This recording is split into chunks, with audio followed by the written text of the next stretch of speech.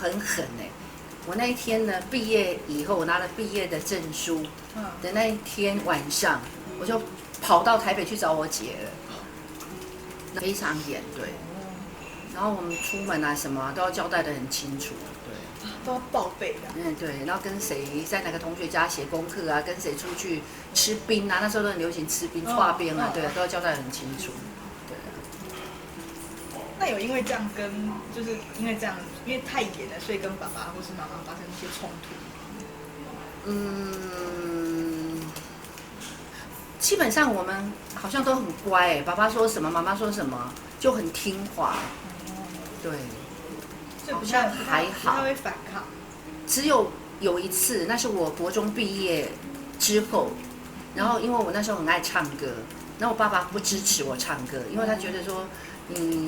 那么基隆的小孩子很单纯啊，然后就是反对就对了。结果我很狠我那一天呢，毕业以后，我拿了毕业的证书的那一天晚上，我就跑到台北去找我姐了，然后住在我姐那边住了一天，然后隔天就去台北有一家歌厅，去后台找那个主任说，你们有没有缺歌星啊？我想要来你们这边当歌星。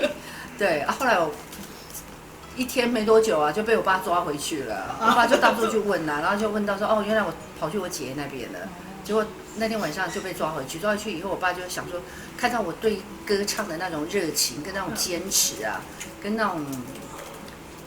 就是我一定要这样做就对了。后来我爸才觉得不放心，后来才拜托那个凤飞飞的妈妈凤妈妈，对，然后带我去黄明老师那边学唱歌，然后也在凤姐姐家住了半年多的时间，对。就后来被抓回去，有跟爸爸和好吗？被抓回去有和好，那次和好是因为爸爸哭着跟我讲，我爸掉眼泪，我很少看到我爸掉眼泪。我爸说我不是不爱叫你唱歌，你什么拢唔捌，什么拢袂晓，你高中毕业就安尼甲我离家出走，你是要我烦恼死我是爱你好安尼，后来就跟爸沟通那时候心里也很难过，想说害爸爸这样子，对，害爸爸这样子，对，然后后来就跟爸沟通以后，爸爸就跟我讲说，好，那你要记得，你不能够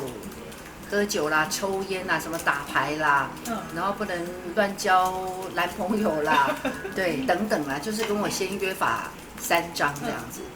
然后后来就从反对变成赞成，然后去老师那边学歌，然后还参加歌唱比赛，然后一步一步踏入歌坛。